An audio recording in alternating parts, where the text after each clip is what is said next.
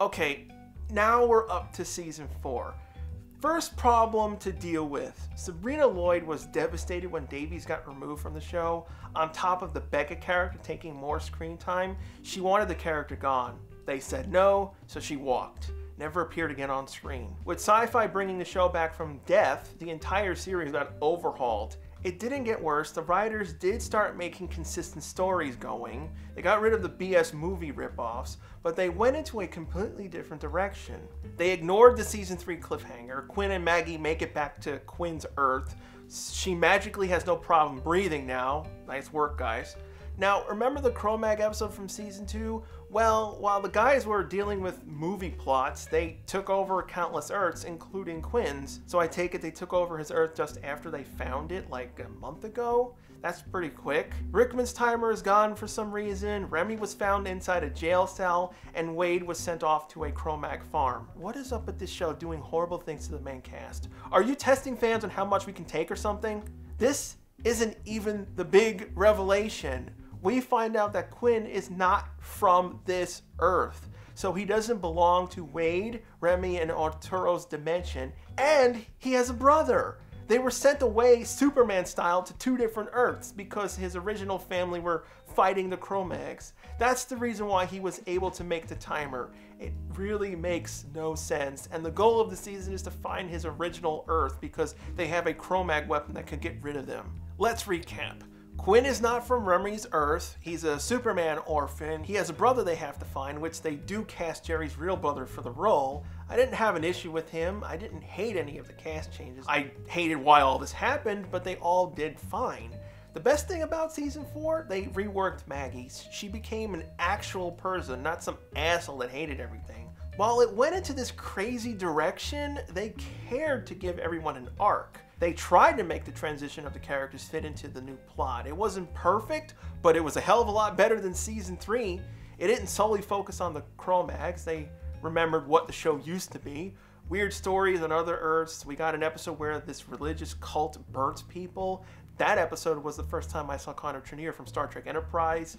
Maggie and Quinn living a lifetime in a bubbled universe. This was the episode that redeemed the Maggie character. And they even got to have some episodes end on fun notes, just like they did in season 1. Quinn's brother was found on an Earth that didn't develop farther than the 1800s. This time they didn't make the stupid time travel comment mistake. They want to call it as a fish out of water character. It gave Remy something to do. He was lost in most of the story, which sucked.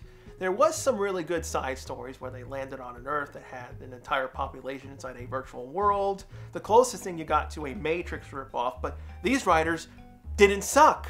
Another good thing about season 4 had to be the fleshing out of the Cro-Mags. We knew nothing of them since they only really had one main episode in season 2.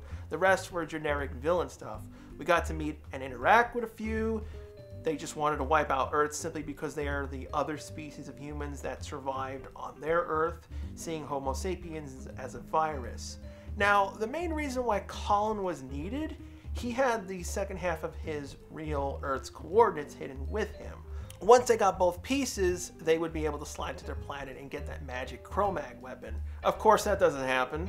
These guys don't ever get a break. Instead, they get trapped in a slide cage, basically a place on the moon to prevent future incursions of the Cro-Mags reaching this Earth. They unfortunately get screwed out of the chance. It's weird. The show has changed so much since the first episode. We went from 4 random people lost in the multiverse to Quinn being Superman trying to find his parents' magic weapon to save the multiverse. It's pretty ridiculous when you look at it like that. It somehow works. I don't know if it's because of the writers being good or because I was so mad at season 3 I took anything that had the classic feel of Siders again.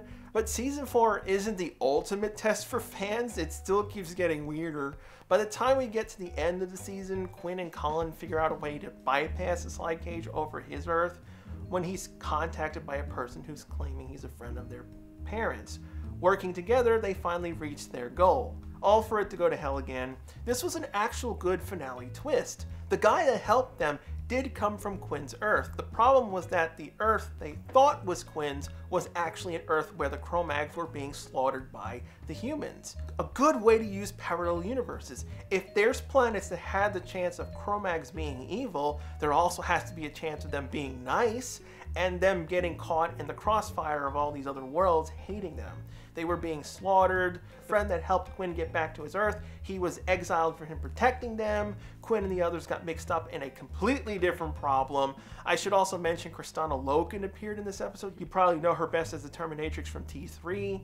Well, Quinn failed to find his real home. The Cro-Mags have taken over tons of Earths, so they're forced to keep searching for another season. Yeah, except that's not gonna happen.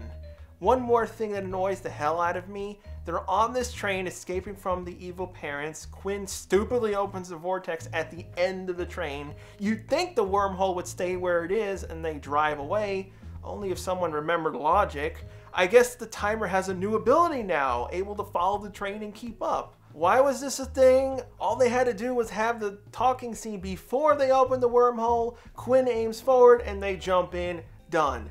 Now, if they ever fall when they have to slide, the gate can just follow them down and they die.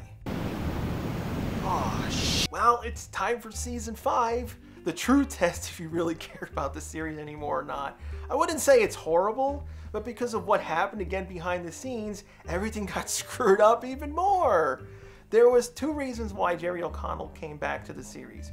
He became an executive producer and wanted his brother to be on the show. Colin really didn't have anything to do in the series once he fulfilled the coordinates thing. It was just the wrong time to put a new character in with all the changes to the show. The other showrunners didn't really want to use him anymore, so Jerry decided to walk. This makes every single cliffhanger that Sliders had never get any proper payoff in the next season. We also lost the main lead of the series, meaning Clavant was the only original character to last the entire run of the show. On top of O'Connell leaving, the show legally couldn't use any of Quinn's footage, so the famous opening narration was re-recorded by Clavant, as well as the whisper in the end. They decided to alternate the entire cast for that. And they also went back to the original silver color of the logo. Season 4 oddly changed it to gold. So what the hell do you do when you get rid of your lead between seasons? Make a new Quinn Mallory! Taking a page out of the fraternal duplicate idea from season 3, and it also kind of rips off Doctor Who, the Quinn on this Earth looks totally different, played by a new actor, Robert Floyd. Again, another actor put in an impossible situation. Oh, it gets more confusing. How do you get rid of Colin and Quinn without the actors? Have everyone in a gunfight and never show their faces. It was awkward as hell, but that's not all. We get to meet our new baddie for the season, a Dr. Geiger played by Peter Jurassic, so you constantly keep thinking about Babylon 5. This Earth's Quinn was stuck in a wheelchair, and the good doctor had the cure for this Quinn. He made a device that was able to merge our Quinn with this new Quinn, allowing him to walk and have the memories of the old Quinn. A side effect was the vortex got screwed up, causing Colin to get unstuck.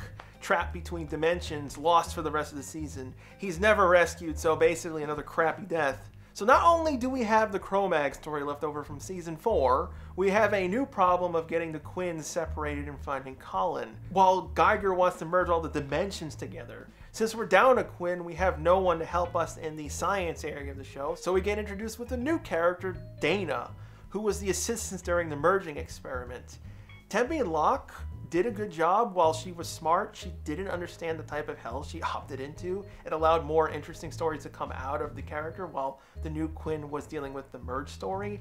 What was really surprising to the showrunners was that the ratings for the series stayed strong for season 5. Even with all this bull that fans had to endure through the 5 years, the only real reason why the show got canceled was because Sci-Fi was unable to afford it. It was between Farscape and Sliders. They ended up choosing Sliders to end. But the writers knew beforehand that the series was gonna get axed, so they started to save up money for a big series finale, wrapping up the Cro-Mag storyline. Season 5 was filled with more bottle episodes. A lot of them were pretty good. I mentioned Dana's episode where she was tricked into helping Geiger because she saw another version of her as being crappy compared to her, so she wanted to change her life. In return, she made it worse. The daughter she had before was erased. It taught her a lesson. Another big episode was dealing with the timer breaking down, which hadn't been dealt with at all since they got the Egyptian timer. This episode also had the worst visual effects done, where the actors were supposed to be trapped inside the wormhole, but they were just standing on a green screen floor. We also got one episode that ended the mystery with Wade. Sabrina Lloyd did not come back on screen, but did supply the voice for the character, which was trapped on another Earth. Basically mutated, she gained the power to talk to Remy psychically. It was nice to hear Wade again, but it really didn't give anything good to the show, since basically the 3 original characters were killed off. They did do an episode that resolved the whole 2 Quinn things, but because of Jerry not returning, they decided to fully kill off the character. The separation process fails, and all we get to see is a glimpse of our Quinn's face one more time. No more Quinn. Now, remember when I said they planned to give a big ending to the series? For some stupid reason, at the last minute, they decided to blow all that money on the second to last episode, wrapping up the Geiger story. Geiger was also unstuck just like Colin was, so he was bouncing around universes still trying to do his merging plan, where they eventually found a Geiger on another Earth who screwed up. The Earth was being swallowed by an energy field, so tons of effects shots were used to show that, blowing all the money. This was done on purpose. Out of all the crap that the show pulled, this pissed me off to no end. I had to endure all these characters' horrible deaths for the show to end on an intentional cliffhanger because they had hoped enough fans would complain to convince Sci-Fi to give them a season 6. This never freaking happened. So what the hell did they do in the finale? They land on an Earth that had people who could see the future. This was done in season 2, so it's something established before.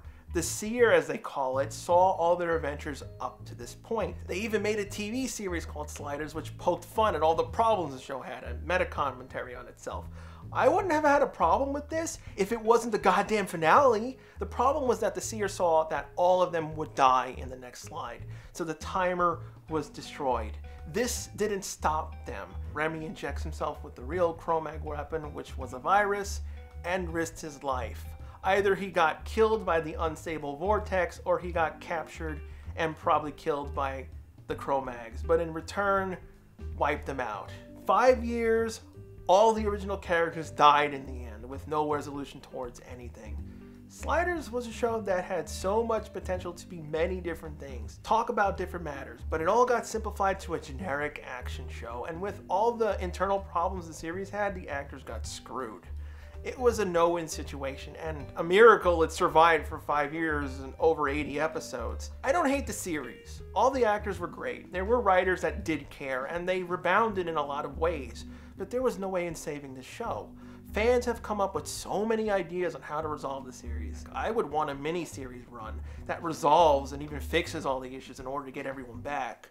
There's tons of ideas out there, like the Arturo who slid and got the illness was not our Arturo. People always wanted that to be true, where he was able to find the original timer, rebuilt it, and met up with the guys who were left on the Seer Earth, eventually getting Quinn and Mallory separated, Colin stabilized, Wade somehow is alive, wrap up the Cro-Mag story, saving Remy, and then splitting up into 2 teams. You got 2 timers and 8 people. You can go on to do different adventures, fixing all the screwed up planets they went to. Some kind of decent ending. Nothing can really be perfect for it, but Sliders can work even today. If you want to start fresh and ignore later seasons, so be it. Make a new timer out of a smartphone. That'd be interesting. I would love to see what the show would be if Torme was able to work on it fully. Even O'Connell, Davies, and Torme would like to come back and continue the show somehow. I would give them a second chance. It can't be worse than what happened in season 3. I still suggest checking out this show. It's on DVD. Make sure you pick the Mill Creek sets. I got the German Blu-ray set because they put all the episodes on 4 discs in SD resolution. No one's going to remaster the show properly, so this is the best you're going to get. And most of the series is on streaming sites. I think there's only a few episodes that aren't available. I don't know why. Sliders was the reason why I lost respect towards the Fox network. They cancel stuff way too fast without giving them a chance. For everyone who watched the series, did you stick around for the whole thing? What was your memories of the series. I'm probably one of the few who don't mind the concept of the 5th season. I'm not saying I liked what they did, but if it was its own show, I would have watched it. If you remember a show or movie that's been forgotten about, leave it as a suggestion for a future video below. I might cover it one day.